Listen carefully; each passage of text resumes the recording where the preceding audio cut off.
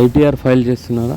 Yes, ITR file చేయకపోతే మాత్రం ఈరోజే లాస్ట్ డేట్. సెప్టెంబర్ 15th వచ్చేసి లాస్ట్ డేట్ ఐటీఆర్ ఫైలింగ్ కోసం. అయితే ఇండివిజువల్స్ మనం ఈ ఫైలింగ్ కానీ ఏదైనా చేయాలంటే ఈరోజే చేయండి.